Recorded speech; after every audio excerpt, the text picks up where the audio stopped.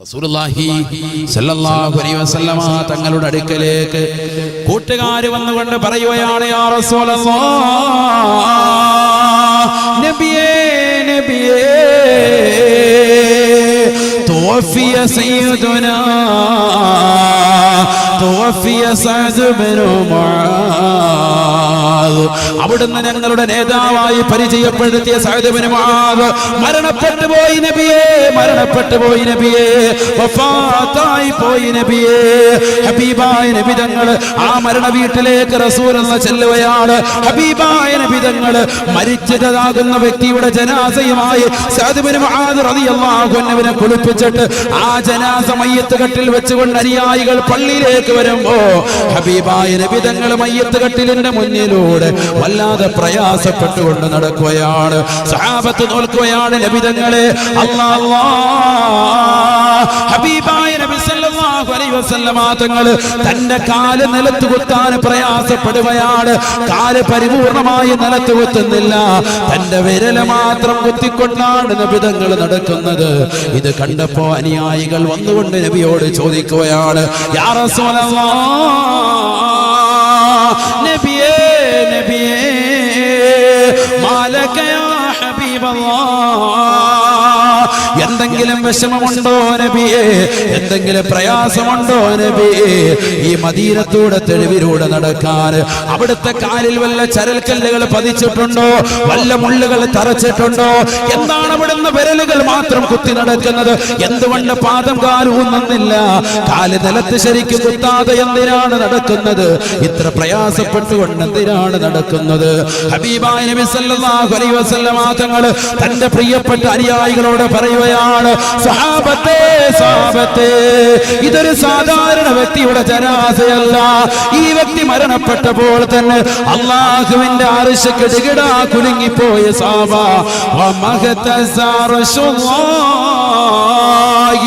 من أجل خالقي سمعنا به إلا لسعد أبا عمري.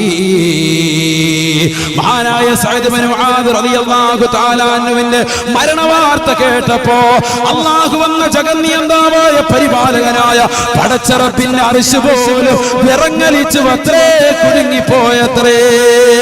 ആ കുലുക്കമുണ്ടാക്കിയെന്ന് മാത്രമല്ല, ഇദ്ദേഹത്തിന്റെ മയ്യത്ത് കുളിപ്പിക്കാൻ, ഇദ്ദേഹത്തിന്റെ ജനാസ അനുഗമിക്കാൻ, ഈ സഅദ് ഇബ്നു മുആദിന്റെ ജനാസ അനുഗമിക്കാൻ വേണ്ടി മാത്രമായി 70,000 മലക്കുകളെ, ഒന്നല്ല സഹാബ, 10 സഹാബ, 1000 സഹാബ, 70,000 മലക്കുകളെ അല്ലാഹു സുബ്ഹാനഹു വ തആല ഈ പരിശുദ്ധമാക്കപ്പെട്ട മദീനയിലെ ഈ ചെറിയ തെരുവിലൂടെ മലക്കുകളെ ഇറക്കിയിരിക്കുകയാണ്. ആ മലക്കുകൾ വന്നുകൊണ്ട് തിക്കും തിരക്കിലൂടെ നടക്കുന്നത് കാരണമായി എനിക്കെന്റെ കാല് നിലത്തുനിന്ന് കുത്താൻ കഴിയുന്നില്ല, എന്റെ കാല് ശരിക്കും ഉറപ്പിക്കാൻ കഴിയുന്നില്ല സഹാബത്തെ എന്ന് നബിയുനാ റസൂലുള്ളാഹി. ഒന്ന് ചിന്തിക്കണേ ഉമ്മ, ഒന്ന് ചിന്തിക്കണേ ചെറുപ്പക്കാരാ, കാത് കൊടുത്ത് ചിന്തിക്കണേ, ഹൃദയം കൊടുത്ത് ചിന്തിക്കണേ, ഓർമ്മ പുതുക്കിക്കൊണ്ടെന്ന് ഓർക്കണേ. ഈ സദസ്സിലൂടെ മരണത്തെ കുറിച്ച് ഓർക്കണേ, ഖബറിനെ കുറിച്ച് ഓർക്കണേ, ഓർക്കണേ. ഒറ്റയ്ക്ക് പോയി കടക്കേണ്ടതല്ലയോ ഖബർ? ഇന്നല്ലെങ്കിൽ നാളെ, അല്ലെങ്കിൽ മറ്റന്നാള്, ഇല്ലെങ്കിൽ അടുത്ത മാസം, ഇല്ലെങ്കിൽ ലോകം അവസാനിക്കുമെന്ന് ശാസ്ത്രം പറഞ്ഞ സമയത്ത് സൂറന്ന കാകളത്തിലൂടെ ഇസ്രാഫീലൂതുന്ന നേരത്ത് മരിക്കേണ്ടവരല്ലയോ, ഖബറിലേക്ക് പോകേണ്ടവരല്ലയോ? ആ 6 മണ്ണിന്റെ ഇരുട്ടറയിലേക്ക് പോകുമ്പോ എന്ത് അമലാണ് നമ്മൾ ചെയ്തിട്ടുള്ളത്? എന്ത് നന്മയാണ് ചെയ്തിട്ടുള്ളത്? ദുനിയാവിൽ കള്ളുകുടിച്ചു നടന്നു, ദുനിയാവിൽ വിചരിച്ചു നടന്നു, ദുനിയാവിൽ അശ്ലീലത ലോകത്തേക്ക് കണ്ണു നട്ട് നടന്നു, ദുനിയാവിൽ വീടി വലിച്ചുകൊണ്ട് നടന്നു, ദുനിയാവിൽ ഫനായും ഫസാദും പറഞ്ഞുകൊണ്ട് നടന്നു, ദുനിയാവിൽ നമസ്കരിക്കാതെ നടന്നു, ദുനിയാവിൽ നോമ്പ് പിടിക്കാതെ നടന്നു, ദുനിയാവിൽ സദഖ കൊടുക്കാതെ നടന്നു, ദുനിയാവിൽ സകാത്ത് കൊടുക്കാതെ നടന്നു, ദുനിയാവിൽ ഹജ്ജ് ചെയ്യാതെ നടന്നു, പാവപ്പങ്ങളെ സഹായിക്കാതെ സഹായിക്കാൻ, നിരാലംബർക്ക് അവലംബമാകാൻ, നിരാശ്രയർക്ക് ആശ്രമാകാൻ, പരിശുദ്ധമാകുന്ന ദീനിനു വേണ്ടി സഹായിക്കാൻ എത്രയെത്ര അവസരങ്ങൾ നിനക്കുണ്ടായിരുന്നു. പക്ഷേ നീ ഒന്നും നൽകിയില്ല. പാവപ്പെട്ട പെൺകുട്ടികൾ വീടിന്റെ കത്തലങ്ങളിൽ കണ്ണീരും കയ്യിലുമായി കഴിയുന്ന എത്രയെത്ര സഹോദരിമാരാണ്. 35-40 വയസ്സെത്തിയതാകുന്ന സഹോദരിമാര് പ്രായം കഴിഞ്ഞിട്ടും അവരെ ഒന്ന് വിവാഹം കഴിപ്പിക്കാൻ, അവരുടെ വൈകാരിക തലത്തെ ഒന്ന് അണച്ചു കൊടുക്കാൻ കഴിയാത്ത മുസ്ലിമേ, നിന്റെ സമ്പത്ത് കൊണ്ട് നിനക്ക് കഴിഞ്ഞിട്ടില്ല എങ്കിൽ നീ എങ്ങനെയാ ഒരു മുഅ്മിനായിട്ട് തീരുക? എങ്ങനെയാണ് നിന്റെ ഖബർ ജീവിതം നന്നാക്കുക? ബഹുമാനപ്പെട്ട മുസഅദ് ഇബ്നു മുആദ് റളിയല്ലാഹു തആല അൻഹു പോലും ഈ ലോകത്ത് നിന്ന് വിട പറഞ്ഞു പോയപ്പോ എങ്ങനെയാണ് വിട പറഞ്ഞു പോയത്? വെറുതെ വിട പറഞ്ഞു പോയതല്ല. അദ്ദേഹം ദുനിയാവിൽ ജീവിച്ചിരിക്കുമ്പോൾ തന്നെ അല്ലാഹുവിന്റെ റസൂൽ പരിചയപ്പെടുത്തി, ഇദ്ദേഹം ഒരു സാധാരണ മനുഷ്യനല്ല. ആ സഅദ് ഇബ്നു മുആദിന് വേണ്ടി എണീറ്റ് നിൽക്കണേ. എണീറ്റ് നിൽക്കാൻ അനുയായികളെ പഠിപ്പിച്ചു കൊടുത്ത പ്രവാചകൻ ചരിത്രം സാക്ഷിയാണ്. ചരിത്രം നിങ്ങൾ പരിശോധിച്ചു നോക്ക്. ലോകത്തിന്റെ നായകൻ തന്നെ പ്രിയപ്പെട്ട അനുയായികളോട് ഏതെങ്കിലും വ്യക്തിക്ക് വേണ്ടി എണീറ്റ് നിൽക്കണമെന്ന് പറഞ്ഞിട്ടുണ്ടെങ്കിൽ അത് സഅദ് ഇബ്നു മുആദ് അല്ലാതെ കാണാൻ സാധിക്കില്ല. അത്രത്തോളം റസൂലുള്ളാഹിക്ക് അടുത്ത് പോലും വല്ലാത്ത സ്ഥാനമുള്ള വ്യക്തിയാണ് സഅദ് ഇബ്നു മുആദ്. അല്ലാഹുവിന്റെ അർശ് പോലും വിറങ്ങലിച്ചു പോയത്രേ മരണപ്പെട്ടപ്പോ. എല്ലാവരും വല്ലാത്തൊരു ശരീരിയിലേക്ക്, വല്ലാത്തൊരവസ്ഥ വിശേഷത്തിലേക്ക് ലോകം മുഴുവനും നീങ്ങിയ സമയത്താണ് അല്ലാഹുവിന്റെ റസൂൽ വിരൽ കുത്ത് നടക്കുന്നത്. ചോദിച്ചു പോയി അനുയായികൾ, എന്ത് പറ്റി നബിയെ? റസൂൽ പറയുകയാണ്, അദ്ദേഹത്തിന്റെ ജനാസ അനുഗമിക്കാൻ വേണ്ടി മാത്രമായി 70,000 മലക്കുകൾ കടന്നു വന്നതിന്റെ പേരിൽ എനിക്കെന്റെ കാല് നിലത്ത് കുത്താൻ കഴിയുന്നില്ല. മലക്കുകളുടെ ആധിക്യത്താലെന്ന് പറഞ്ഞ പ്രവാചക പുങ്കവൻ ഓർമ്മപ്പെടുത്തുമ്പോ എന്റെ പ്രിയപ്പെട്ട സഹോദരങ്ങളെ, അല്ലാഹുവിന്റെ റസൂൽ പറയുകയാണ്, ആ സഅദ് ഇബ്നു മുആദ് റളിയല്ലാഹു അൻഹുവിനെ പോലും 6 മണ്ണിന്റെ ഇരുട്ടറയാകുന്ന ഖബറിലേക്ക് കൊണ്ടുവന്ന് വെച്ചപ്പോ ലഖദ് സമിഉതു സഹാബാ, ഞാൻ കേട്ടുപോയ സഹാബാ, ഖബറെടുക്കുന്ന ശബ്ദം, ഖബറിനെടുക്കുന്ന ശബ്ദം, ഖബർ വല്ലാതെ ഇടുക്കുന്ന ശബ്ദം ഞാൻ എന്റെ കർമ്മവിടം കൊണ്ട് കേട്ടുപോയ സഹാബാ. അതുകൊണ്ട് സാബത്തെ സാബത്തെ, അമല് ചെയ്യാതെ അമലില്ലാതെ ഖബറിലേക്ക് പോകണ്ട സാബാ. ലൗ നജാ അഹദും മിൻ ലഗ്തത്തിൽ ഖബർ, ആ ഖബറിന്റെ ഇടുക്കത്തിൽ നിന്ന് ആരെങ്കിലും രക്ഷപ്പെടുമായിരുന്നുവെങ്കിൽ ലനജാ സഅദ് ഇബ്നു മുആദ്, എന്റെ അനുയായിയായ സഅദ് ഇബ്നു മുആദ് രക്ഷപ്പെടുമായിരുന്നുവെന്ന് നബിയുനാ റസൂലുള്ളാഹി സ്വല്ലല്ലാഹു അലൈഹി വസല്ലമ തങ്ങൾ പറയുകയാണ്, ثلاث لا يكلمهم الله يوم القيامة ولا يزكيهم ولا ينظر إليهم ولهم عذاب أليم. ഹബീബായ റസൂലുള്ളാഹി സ്വല്ലല്ലാഹു അലൈഹി വസല്ലമ തങ്ങൾ പറയുകയാണ്, സഹാബാ സഹാബാ, 3 കൂട്ടരെ അല്ലാഹുവിന്റെ റസൂൽ ഓർമ്മപ്പെടുത്തുകയാണ്. 3 കൂട്ടരെ അല്ലാഹു സുബ്ഹാനഹു വ തആല നാളെ മഹ്ശറയിൽ അവരിലേക്ക് കാരുണ്യത്തിന്റെ നോട്ടം നോക്കുകയില്ലത്രേ. ലാ യുകല്ലിമുഹുമുല്ലാഹ്, അല്ലാഹു സുബ്ഹാനഹു വ തആല അവരോട് സംസാരിക്കുകയില്ലത്രേ. വലാ യുസക്കീഹിം, അല്ലാഹു അവരെ പരിശുദ്ധിപ്പെടുത്തുകയില്ലത്രേ. വലഹും അദാബുൻ അലീം, അവർക്ക് വേദനാജനകമായ ശിക്ഷയുണ്ട് എന്ന് ഹബീബായ റസൂലുള്ളാഹി സല്ലല്ലാഹു അലൈഹി വസല്ലം. ആരാണ് ആ 3 കൂട്ടരെന്നറിയുമോ? അതിലാദ്യമായി അല്ലാഹുവിന്റെ റസൂൽ പഠിപ്പിച്ചത് അൽ മുസ്ബിലൂ. ഈ ദുനിയാവിൽ എത്ര വാഴ് കേട്ടാലും എത്ര ശ്രവിച്ചാലും നെരിയാണിക്ക് താഴെ തുണി ഉടുത്തുകൊണ്ട് നടക്കുന്ന സഹോദരനാണ്. എത്രയോ ചെറുപ്പക്കാരാണ് നമസ്കരിക്കുന്ന സമയത്ത് അവരുടെ പാൻസ് വരെ തെറുത്ത് കയറ്റി വെക്കുന്നുണ്ട്. പക്ഷെ നിസ്കാരം കഴിയുന്ന സമയത്ത് അഴിച്ചിടുകയാണ്.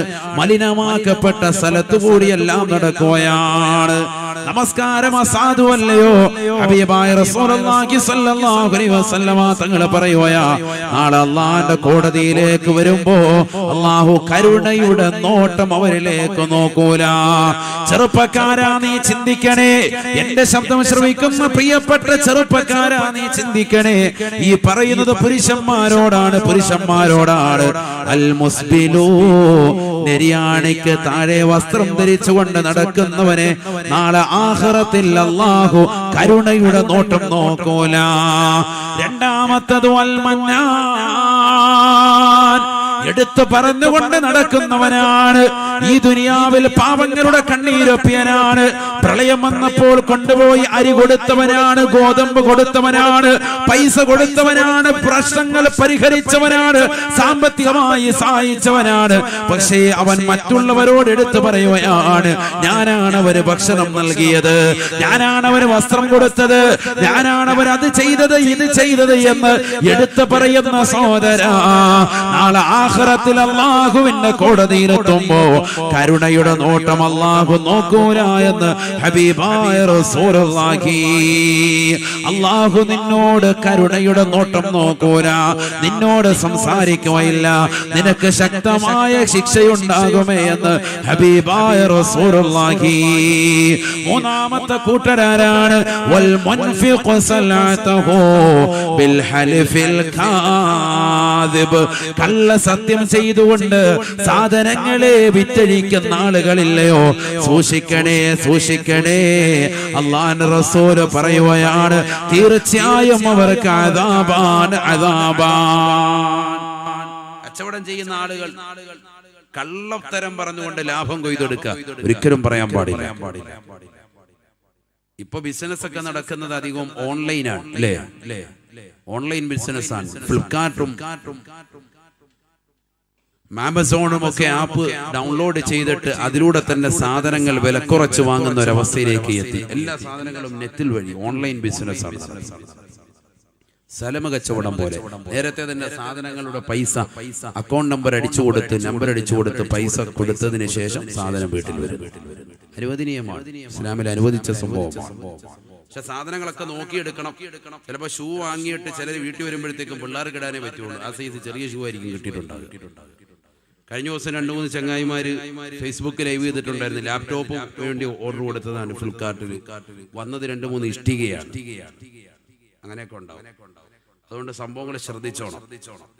പിന്നെ നിങ്ങൾ പരാതിപ്പെട്ടിട്ട് കാര്യമില്ല. അങ്ങനെ ചെയ്യാൻ പറ്റുമോ എന്ന് ചിലർ മസല ചോദിക്കാറുണ്ട്. പറ്റുമെന്നാണ്.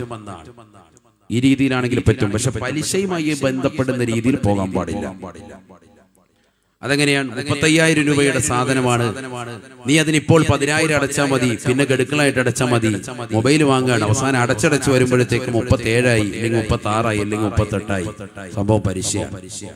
അതിപ്പോ മൊബൈലിലൊക്കെ അങ്ങനെയല്ലേ? മൊബൈൽ അങ്ങനെ വന്നല്ലോ. ഇപ്പൊ ആരും ശ്രദ്ധിക്കുന്നില്ലെന്നുള്ളൂ. മൊബൈൽ വരെ ഇപ്പൊ പലിശ വന്നിരിക്കാം. എങ്ങനെയാ പലിശ വന്നു? നല്ലതുപോലെ ശ്രദ്ധിക്കണം. ഈ പറയുന്ന വിഷയം ശ്രദ്ധിച്ചോ. ഞാൻ വേഗം നിർത്തും. മൊബൈലൊക്കെ ഇപ്പം ഏതെങ്കിലും നമ്മുടെ സ്ഥലത്ത് പോയി നിൽക്കുക, അപ്പോൾ കോൾ ചെയ്യുന്ന സമയത്ത് കോള് പോകുന്നില്ല, നിങ്ങളുടെ കയ്യിൽ പൈസ ഇല്ല കേട്ടോ.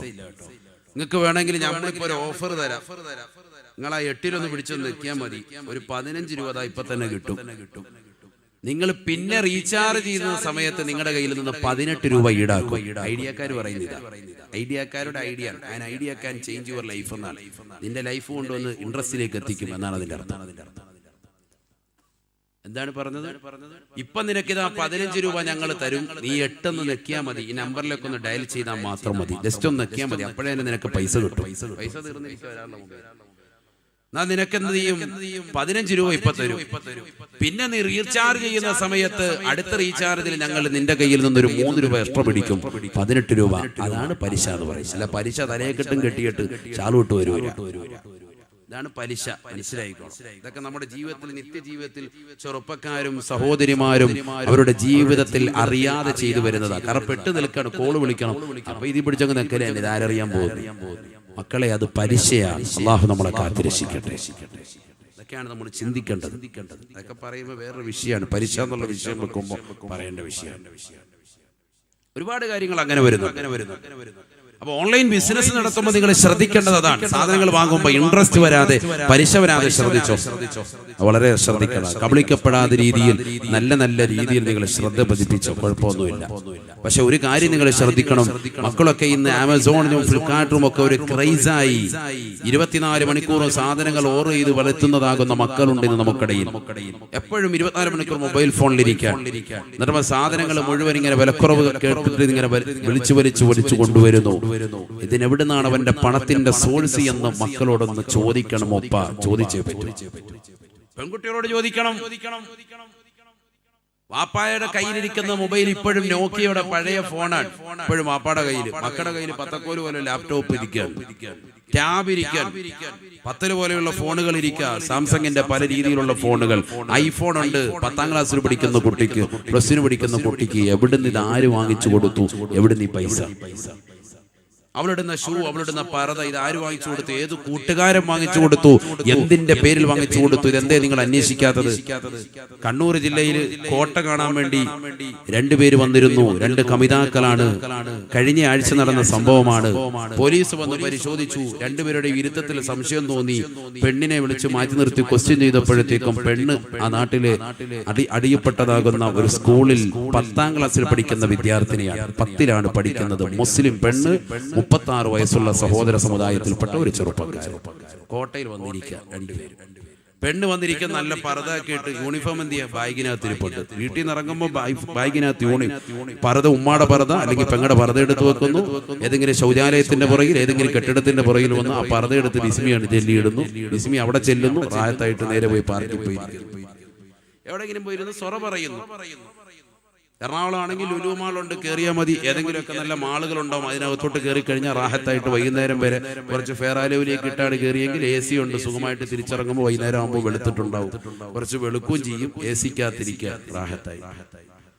ഇതൊക്കെ നമ്മുടെ സഹോദരിമാരുടെ ചെയ്ത്താണ്. അള്ളാഹു നമ്മളെ കാത്തിരക്ഷിക്കട്ടെ. അള്ളാഹു നമ്മളെ കാത്തിരക്ഷിക്കട്ടെ. എവിടെ എത്തിപ്പോയി. അതുകൊണ്ട് തന്നെയാണ് ഹബീബായ റസൂലുള്ളാഹി സ്വല്ലല്ലാഹു അലൈഹി വസല്ലമ തങ്ങൾ ശപിച്ചില്ലയോ? ലഅന റസൂലുള്ളാഹി സ്വല്ലല്ലാഹു അലൈഹി വസല്ലം അൽവാശിമാത് വൽ മുസ്തൗശിമാത് والنامصات والمتنمصات والمتفلجات المغيرات خلق الله. ഹബീബായ റസൂലുള്ളാഹി സ്വല്ലല്ലാഹു അലൈഹി വസല്ലമ തങ്ങൾ ശപിച്ചിരിക്കുകയാണ്. അൽവാശിമാത്, ടാറ്റൂ ചെയ്യുന്ന സഹോദരിമാരില്ലയോ? ശരീരം മുഴുവനും പച്ചകുത്തുന്നതായ ചെറുപ്പക്കാരില്ലയോ? ജിംനേഷ്യത്തിൽ പോയി സിസ്പായ്ക്ക് വരുത്തിയിട്ട് അവന്റെ മസിലിന്മേലെ ശംഖ് വരച്ച് വെക്കുന്നവരെ, അത് എംബ്ലം വരച്ച് വെക്കുന്നവരെ, പല രീതിയിൽ പച്ചകുത്തി നടക്കുന്ന പുരുഷന്മാരെ, മുസ്ലിം സഹോദര, നിനക്ക് ഹറാമാണ്. എത്രയോ സഹോദരിമാരുണ്ട് ബിക്കിനി ധരിച്ചിട്ട് ശരീരത്തിന് നഗ്നമാക്കപ്പെട്ട ഭാഗങ്ങളിൽ പല സ്ഥലങ്ങളിൽ പോയി, ബാംഗ്ലൂരും പോയി പച്ചകുത്തുന്നതാകെ മുസ്ലിം പെങ്ങളെ, നിന്റെ കൂട്ടുകാരികളെ കണ്ടുകൊണ്ട് നിന്റെ ശരീരത്തിലേക്ക് നീ കൊണ്ടുവരരുതേ. ലഅന റസൂലുള്ളാഹി സ്വല്ലല്ലാഹു അലൈഹി വസല്ലം, ഹബീബായ റസൂലുള്ളാഹി സ്വല്ലല്ലാഹു അലൈഹി വസല്ലം തങ്ങൾ അവിടുത്തെ ശറഫാക്കപ്പെട്ട നാവുകൊണ്ട് ശപിച്ച വിഭാഗമാണ് അൽവാശിമാത് വൽ മുസ്തൗശിമാത്. പച്ചകുത്തുന്നവരെയും പച്ചകുത്താൻ ആവശ്യപ്പെടുന്ന സ്ത്രീകളെയും അല്ലാഹുവിന്റെ റസൂൽ ശപിച്ചിരിക്കുന്നു എന്ന് അബൂ ഹുറൈറ റളിയല്ലാഹു തആല അൻഹു. തീർന്നില്ല. വന്നാമിസാത് വൽ മുതനമ്മിസാത് വൽ മുതഫല്ലിജാതി അൽ മുഗയ്യിറാതി ഖൽഖല്ലാഹ്.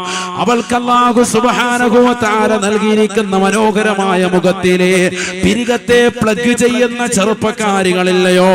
എത്രയോ സഹോദരിമാരുണ്ട് വയനാട്ടിലെ തരുണിമണികളാകുന്ന പെങ്ങളെ പെങ്ങളെ പാടില്ല പാടില്ല. അല്ലാഹുവിന്റെ റസൂൽ ശപിച്ച വിഭാഗമാണ്. അല്ലാഹുവിന്റെ റസൂൽ ശപിച്ച വിഭാഗമാണ്. വന്നാമിസാതി വൽമുതനമ്മിസാത്. വിവാഹ പ്രായം പോലും എത്താത്ത സഹോദരിമാരില്ലയോ? പിരികം പ്ലഗ് ചെയ്തുകൊണ്ട് പൈസ പൊടിക്കുന്ന പെങ്ങളെ അല്ലാഹുവിന്റെ റസൂൽ ശപിച്ചിരിക്കുന്നു എന്ന് ബഹുമാനപ്പെട്ട അബൂ ഹുറൈറ റളിയല്ലാഹു അൻഹു. പഠിക്കണ്ടേ, നമ്മള് മനസ്സിലാക്കണ്ടേ? ഇതെല്ലാം പോയി ചെയ്യും. ചെയ്തിട്ട് പിന്നെ എന്തെങ്കിലുമൊക്കെ ഇവിടെ മുറിവും പ്രശ്നങ്ങളും ഒക്കെ മൂക്കുരും ഒക്കെ വരുമ്പോ ഉസ്താദിന്റെ അടുത്ത് വരും, ഉസ്താദേ ഇത് ചെയ്യാൻ പറ്റുമായിരുന്നു. അപ്പോഴേ നമ്മള് മസാല വയ്ക്കുന്നത്. അതിന് മുമ്പ് ഒരു മസാല വയ്ക്കില്ല. എല്ലാം പെട്ട് കഴിയുമ്പോ ചോദിക്കും. മുമ്പ് അങ്ങനെയല്ല. ആദ്യം തന്നെ നമ്മൾ വന്നിട്ട് ഉസ്താദിന്റെ അടുത്ത് ചോദിക്കും, മുഹമ്മദ് ഉസ്താദിന്റെ അടുത്ത് ചോദിക്കും, മൂസക്കോയസ്ഥാന്റെ അടുത്ത് പോയി ചോദിക്കും, മസാലകൾ ചോദിക്കും, മനസ്സിലാക്കും, കാര്യങ്ങൾ അറിയും, എന്നിട്ടേ നമ്മൾ ചെയ്യുള്ളൂ. ഇപ്പൊ അങ്ങനെയല്ല, നേരെ അങ്ങ് ചെയ്യും. നമ്മൾ നമ്മുടെ ജീവിതത്തിൽ ചെയ്യും. അവസാനം അത് വിഷയാന്ന് അറിഞ്ഞു കഴിയുമ്പോൾ പതുക്കെ അപ്പൊ നമ്മൾ ഉസ്താദ്മാരെ എതിർക്കാൻ നോക്കാം. അങ്ങനെയൊന്നും ഇല്ല. ഇപ്പൊ ഹദീസായിട്ട് വന്നേക്കും. ഹദീസല്ലേ മുഹമ്മദ് ഉസ്താദ് ഈ സദസ്സിലെ ആലിമീങ്ങളില്ലേ? ഇത് വെറുതെ ഓതുവല്ല. والنامصات والمتنمصات والمتفلجات المغيرات خلق الله. അല്ലാഹു സുബ്ഹാനഹു വ തആല നൽകിയിരിക്കുന്നതായ മനോഹരമായ സൃഷ്ടിപ്പിനെ ബഹലമാക്കുന്ന പെങ്ങളെ അല്ലാഹു നിന്നെ ശപിച്ചിരിക്കുന്നു എന്ന് അബൂ ഹുറൈറ റളിയല്ലാഹു തആല അൻഹു. ഹബീബായ റസൂലുള്ളാഹി സ്വല്ലല്ലാഹു അലൈഹി വസല്ലമ തങ്ങളാണ് ശപിച്ചത്. ലോകത്ത് നീ എവിടെ പോയാലും പൊരുത്തപ്പെടിക്കാൻ പറ്റില്ല. അതുകൊണ്ട് തൗബ ചെയ്യണേ, തൗബ ചെയ്യണേ. നിന്റെ ജീവിതത്തിൽ എപ്പോഴെങ്കിലും സംഭവിച്ചു പോയിട്ടുണ്ടെങ്കിൽ തൗബ ചെയ്യണേ, തൗബ ചെയ്യണേ. വിവാഹത്തിന് മുമ്പ് തീർത്തും പാടില്ല. ഷാഫി മദ്ഹബിൽ ഉലമാക്കളിൽ ചിലർ പറഞ്ഞു വിവാഹത്തിന് ശേഷം ഭർത്താവിന്റെ അനുമതിയുണ്ട് എങ്കിൽ അനുവദനീയമാണ് പിരികം പ്ലഗ് ചെയ്യൽ. വളരെ വിരൂപമാണ്, കോലം വളരെ കോലക്കേടാണ് എങ്കിൽ ഭർത്താവിന്റെ അനുമതി ഉണ്ട്, ഇക്കാട് അനുമതി ഉണ്ടെങ്കിൽ മാത്രം. ഇത് പറയാൻ പറ്റത്തില്ല. ഇപ്പൊ നാളെ തന്നെ പറയും, നമ്മൾ ഇത്രയും നാളൊക്കെ ചെയ്യായിരുന്നു, ഉസ്താദ് പറഞ്ഞിട്ടില്ല ചെയ്യാന്ന്. അങ്ങനെയാണെങ്കിൽ നാളെ നമുക്ക് ബ്യൂട്ടീഷ്യന്റെ അടുത്തൊന്ന് പോയിട്ട് എന്റെ പിരികം പ്ലഗ് ചെയ്യണം എന്ന് താത്ത പറയും. എന്നാലും ഉലമാക്കളിൽ ചിലർ പറഞ്ഞു റസൂലുള്ളാഹി ശപിച്ച വിഭാഗമല്ലേ, അതിന് നിങ്ങൾ തുനിയണ്ട. അതിനാണ് ഏറ്റവും നല്ലത്. അല്ലാഹു തൗഫീഖ് തരട്ടെ, അല്ലാഹു തൗഫീഖ് തരട്ടെ. നമ്മുടെ ജീവിതത്തിൽ ശ്രദ്ധിക്കേണ്ട കുറെ കാര്യങ്ങളുണ്ട്.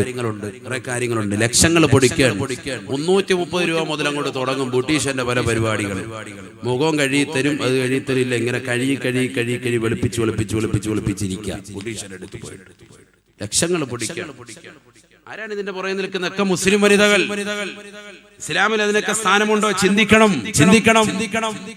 വളരെ ശ്രദ്ധിക്കണം നമ്മൾ. ഫാത്തിമ ബീവി റളിയല്ലാഹു തആല അൻഹയുടെ ജീവിതം നമ്മൾ പഠിച്ചിട്ടില്ലയോ? ഫാത്തിമ ബീവി റളിയല്ലാഹു തആല അൻഹ കരയുകയാണ്.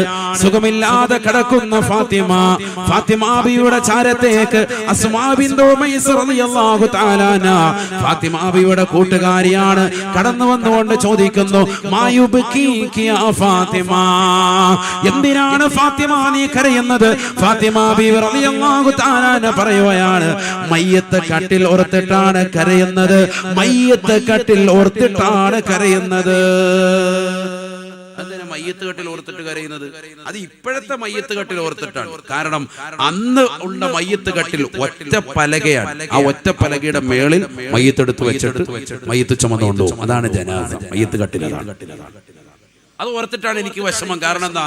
3 തുണിയിൽ കഫം പൊതിഞ്ഞ് എന്നെ കൊണ്ടുവന്ന് അതിന്റെ മുകളിൽ വെച്ചാലും എന്റെ ശരീരത്തിന്റെ മാംസതളമാകുന്ന ഭാഗങ്ങൾ, എന്റെ ശരീരത്തിന്റെ നീളം, എന്റെ ശരീരത്തിന്റെ വണ്ണം അന്യപുരുഷന്മാര് കാണില്ലേ? അത് ഓർത്തിട്ട് എനിക്ക് കരച്ചിലടക്കാൻ കഴിയുന്നില്ല.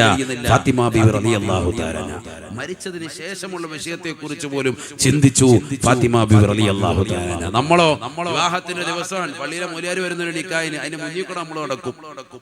ഔറത്ത് മറച്ചിട്ടില്ല, വേണമെങ്കിൽ ശരീരം കൊണ്ട് ഇടിച്ചാലും ഒരു മൈൻഡ് ചെയ്യൂല, നടക്കും നമ്മൾ.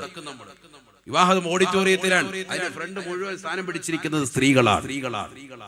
ഭക്ഷണം കഴിക്കാൻ വേണ്ടി കഴിഞ്ഞ ഉടനെ ഉണ്ട്, കൗണ്ടർ തുറക്കാണ്ട് വാതിലും കൊണ്ട് തുറക്കുമ്പോഴേ താത്ത ഇടിച്ചു കയറുകയാണ്. ഇടിച്ചു കയറാൻ എല്ലായിടത്തും ഒന്നാം സ്ഥാനം വേണം. എവിടെ എത്തി നമ്മൾ? ഒരു ഒതുക്കമില്ലാതായി. പുറത്തിറങ്ങുന്ന സമയത്ത് പണ്ട് പഴയ കാലത്തിൽ ഉമ്മമാരിങ്ങനെ കൊട ചൂടുമായിരുന്നു. കാരണം എന്താ? അന്യപുരുഷനിൽ നിന്ന് പോലും മറ അവരെ ആഗ്രഹിച്ചിരുന്നു. അങ്ങനെയല്ല, എത്ര വെയിലായാലും കൊട വേണ്ട, നമുക്ക് റാഹത്തായിട്ട് നടക്കാം. വെയിലത്ത് പോലും കൊട ചൂടാത്ത വിഭാഗമായി നമ്മൾ മാറിയില്ലേ? ലജ്ജയില്ല. അല്ലാഹു നമ്മളെ കാത്തുരക്ഷിക്കട്ടെ. അൽ ഈമാനു വൽ ഹയാഉ ഖുരിനാ ജമീഅ ഇദാ റുഫിഅ അശ്ശൈഉ റുഫിഅ അൽ-ആഖിറു ശഫീഉനാ റസൂലുള്ളാഹി. വിശ്വാസവും ലജ്ജയും പരസ്പര പൂരകങ്ങളാണ്. രണ്ടും ഒരുമിച്ചുണ്ടാകും എന്ന് പറഞ്ഞാൽ വിശ്വാസിയാണോ അവന് ലജ്ജയുണ്ടാകും. ഇദാ റുഫിഅ അശ്ശൈഉ, അതിൽ ഒന്ന് ഉയർത്തപ്പെട്ടാൽ, ലജ്ജ ഉയർത്തപ്പെട്ടാൽ, റുഫിഅ അൽ-ആഖിറു, ഈമാൻ ഉയർത്തപ്പെട്ടു പോകും, വിശ്വാസം പോകും. വിശ്വാസം പോയാൽ നരകത്തിൽ സയ്യിദുനാ റസൂലുള്ളാഹി. അല്ലാഹു നമ്മളെ കാത്തുരക്ഷിക്കട്ടെ. കൂട്ടുകാരി പറഞ്ഞു, കരയണ്ട ഫാത്തിമ, നീ കരയണ്ട. അങ്ങകലെ എത്യോപ്യയിലുള്ളതാകുന്ന ഒരു മയ്യത്ത് കട്ടിലുണ്ട്, ചുറ്റും മറച്ചിട്ടുള്ള മയ്യത്ത് കട്ടിൽ. നമ്മൾ ഇന്നുള്ള മയ്യത്ത് കട്ടിലില്ലേ നമ്മൾ പള്ളിയിൽ കണ്ടിട്ടുള്ളത്? അത് ആദ്യമായി സൗദിയിൽ കൊണ്ടുവരുന്നത് ബീവി ഫാത്തിമ റളിയല്ലാഹു അൻഹയുടെ ജനാസയാണ്. അവിടുത്തെ മയ്യത്തിന് വേണ്ടിയാണ് കൊണ്ടുവന്നിട്ടുള്ളത്. അതെങ്ങനെ ഇരിക്കുമെന്ന് ചോദിച്ചു. സുഖമില്ലാതെ കിടക്കുന്ന കട്ടിലിൽ കിടക്കുന്ന ഫാത്തിമ ബിബി എഴുന്നേറ്റ് പുറത്തേക്ക് വന്നു. അസ്മാ ബിൻത് ഉമൈസ് റളിയല്ലാഹു തആല അൻഹ കൂട്ടുകാരിയാണ്. മഹദിവറുകൾ കാണിച്ചു കൊടുത്തതാ ഇതുപോലെ എന്ന് പറഞ്ഞു. ഈന്തപ്പന മടലുകൾ ചേർത്ത് വെച്ചിട്ട് കാണിച്ചു കൊടുത്തു. ചുറ്റും മറച്ചിട്ടുള്ള മയ്യത്ത് കട്ടിൽ കണ്ടപ്പോ ഫളഹിഖത്ത് ഫാത്തിമത്തു, ഫാത്തിമ ബിബി റളിയല്ലാഹു തആല അൻഹ പുഞ്ചിരിച്ചു എന്നാണ്. മുത്തുനബി വഫാത്തായി 6 മാസങ്ങൾക്ക് ശേഷം ആദ്യമായി പിന്നീട് പുഞ്ചിരിക്കുന്നത് സ്വന്തം മയ്യത്ത് കട്ടിൽ ചുറ്റും മറച്ചിട്ടാകുമെന്ന് കേട്ടപ്പോൾ ബഹുമാനപ്പെട്ട ഫാത്തിമ ബിയുടെ വിശേഷണമെന്ന് നമ്മൾ മനസ്സിലാക്കി. എന്നിട്ടും ഫാത്തിമ ബി പറഞ്ഞു, ഞാൻ മരിച്ചാൽ രാത്രിയിലെ കൊണ്ടുപോയി അടക്കാവുള്ളൂ, അന്യപുരുഷന്മാര് ദർശിക്കരുത്. ഈ മയ്യത്ത് കട്ടിൽ ഇങ്ങനെ ചുറ്റും മറച്ചാൽ പോലും എന്നെ കടലിനുള്ളിലേക്ക് കടത്തിയിട്ട് ഒരു തുണി കൊണ്ട് ചുറ്റും മറക്കണേ, എന്നിട്ടേ കൊണ്ടുപോകാവുള്ളൂ എന്ന് ഫാത്തിമ ബി റളിയല്ലാഹു തആല അൻഹ. ജനാസ അടക്കുന്ന സമയത്ത് ഒരു തുണി പിടിക്കണേ, എന്നിട്ട് ആ തുണി ചുറ്റും പിടിച്ചിട്ട് മറച്ചു പിടിച്ചിട്ട് വേണേ ജനാസത്തിലേക്ക് ഇറക്കി വെക്കാൻ ഫാത്തിമ ബി റളിയല്ലാഹു തആല അൻഹ. അന്ന് മുതൽ മുസ്ലിം സമുദായം ഏറ്റെടുത്ത ഒരു ചര്യയാണ് ഇതൊക്കെ. മനസ്സിലാക്കണം. നമ്മൾ ഇന്ന് വല്ലതും ശ്രദ്ധിക്കുന്നുണ്ടോ? എവിടെ എത്തി നമ്മുടെ സഹോദരിമാർ? നഗ്നത മറയ്ക്കുന്നുണ്ടോ? തല മറയ്ക്കുന്നുണ്ടോ? നമ്മുടെ പ്രിയപ്പെട്ട പെൺമക്കൾ സ്കൂളിലേക്ക് പോകുമ്പോ തല മറച്ചിട്ടുണ്ട്, പക്ഷേ സ്കൂളിൽ എത്താറാകുമ്പോ അവളുടെ തലയിൽ കിടക്കുന്ന ഷാള് കാണുന്നില്ല, അത് കഴുത്തിലേക്ക് വന്നിരിക്കുകയാണ്. കഴുത്തിൽ കിടക്കുന്ന ഷാള് മടക്കിയിട്ട് ബാഗിനുള്ളിൽ വെച്ചിരിക്കുകയാണ്. ചിന്തിക്കണം. എത്ര ചെറുപ്പക്കാരിവിടെ പാൻപരാഗിനടിമപ്പെട്ടു, ലഹരിക്കടിമപ്പെട്ടു. സ്കൂളിലേക്ക് മക്കളെ പറഞ്ഞു വിട്ടാൽ പോരാ, ഈ മക്കൾക്കുള്ളതാകുന്ന സമ്പാദ്യം മുഴുവനും ചെലവഴിക്കുന്ന പിതാവ് അവന്റെ കയ്യിലിരിക്കുന്ന മൊബൈൽ ഫോൺ, കൂടിയ മൊബൈൽ ഫോൺ എവിടുന്നാണ് കിട്ടിയത് എന്ന് ഉപ്പ ചോദിക്കണം. അവന്റെ ബാഗൊക്കെ ഒന്ന് പരിശോധിക്കണം. അപ്പം പാൻപരാഗ് കിട്ടും. പെൺമക്കളുടെ ബാഗ് പരിശോധിക്കണം. അപ്പൊ നേരത്തെ പറഞ്ഞതുപോലെ പർദ്ദ കിട്ടും. എന്തിനാ പർദ്ദ? പോകുന്ന വഴിക്ക് ഇതിട്ടിട്ട് ഏതെങ്കിലും പാർക്കിൽ പോയിരിക്കാം. അല്ലാഹു നമ്മളെ കാത്തുരക്ഷിക്കട്ടെ. ഇതൊക്കെ നമ്മുടെ സമൂഹത്തിൽ നടക്കല്ലേ? മലപ്പുറം ജില്ലയിലെ ഒരു സ്കൂളിൽ ബാക്ക് ബെഞ്ചിൽ ഇരുന്നിട്ട് 9ാം ക്ലാസ്സിലെ വിദ്യാർത്ഥിനികൾ ഉറക്കം തൂങ്ങുന്നത് കണ്ടപ്പോ ടീച്ചർ അവരെ എഴുന്നേപ്പിച്ച് നിർത്തി. എഴുന്നേക്കാൻ പോലും കഴിയുന്നില്ല പല കുട്ടികൾക്കും. അവസാനം അവരെ ശരിക്കൊന്ന് പരിശോധിച്ചപ്പോ അവരുടെ യൂണിഫോമിൽ പെട്ടതാകുന്ന ഷോക്സിന്റെ അടിയിൽ കാലിൽ ബ്ലേഡ് കൊണ്ട് മുറിച്ചിട്ട് പാൻപരാഗ് പോലെയുള്ളതാകുന്ന പൊടികൾ അതിനുള്ളിൽ വെച്ചിട്ട് ഷോക്സ് വെച്ച് അമർത്തിയിട്ട് ആ മുറിവിന്റെ ഉള്ളിലൂടെ ലഹരിയുടെ പ്രവാഹം തലച്ചോറിലേക്ക് കടന്നു വരുന്നതിന്റെ ആലസ്യത്തിൽ സദസ്സിലിരുന്നിട്ട് ക്ലാസ്സിലിരുന്നിട്ട് മയങ്ങാൻ.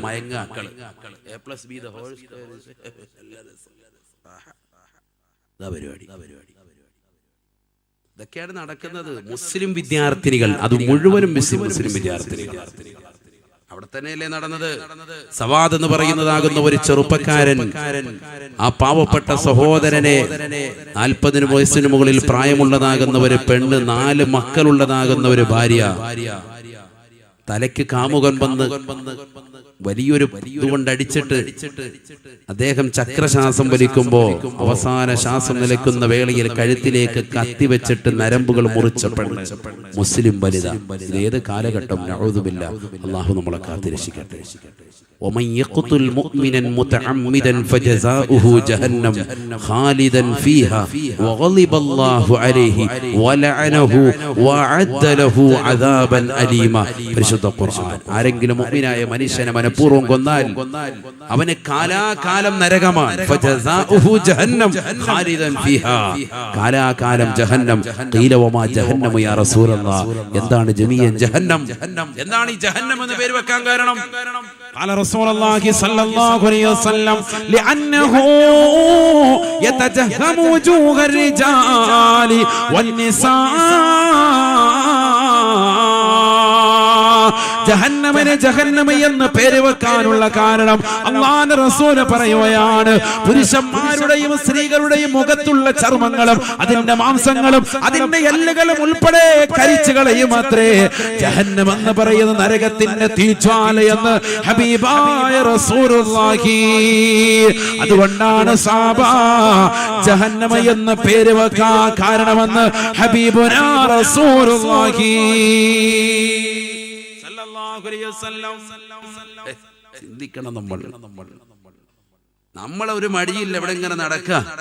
ഒരു തെറ്റ് ചെയ്താലും പ്രശ്നമില്ല. സ്വന്തം ഭർത്താവിനെ പോലും അവസാന ശ്വാസം കിട്ടുമ്പോൾ വെള്ളം ഒഴിച്ചു കൊടുക്കേണ്ടവള് കത്തി വെച്ചിട്ട് കഴുത്ത് മുറിക്കാന്ന് പറയുമ്പോ എവിടെ എത്തിപ്പോയി. അവിടെയാണ് നമ്മൾ നമ്മുടെ ഭാര്യമാരെ മനസ്സിലാക്കേണ്ടത്. അല്ലാഹു അവർക്ക് ആഫിയത്ത് നൽകട്ടെ. എന്താ ഒരു കട്ടി വരാത്ത? പേടിച്ചിരിക്കുകയാണെങ്കിൽ അല്ലാഹു ആഫിയത്ത് തരട്ടെ, ദീർഘായുസ്സ് അല്ലാഹു പ്രദാനം ചെയ്യട്ടെ. അപകടങ്ങളെ തൊട്ട്, ദുരിതങ്ങളെ തൊട്ട്, വിപത്തുകളെ തൊട്ട് അല്ലാഹു കാത്തിരക്ഷിക്കട്ടെ. കാല വിപത്തുകളിൽ നിന്ന് അല്ലാഹു കാവൽ നൽകി അനുഗ്രഹിക്കട്ടെ.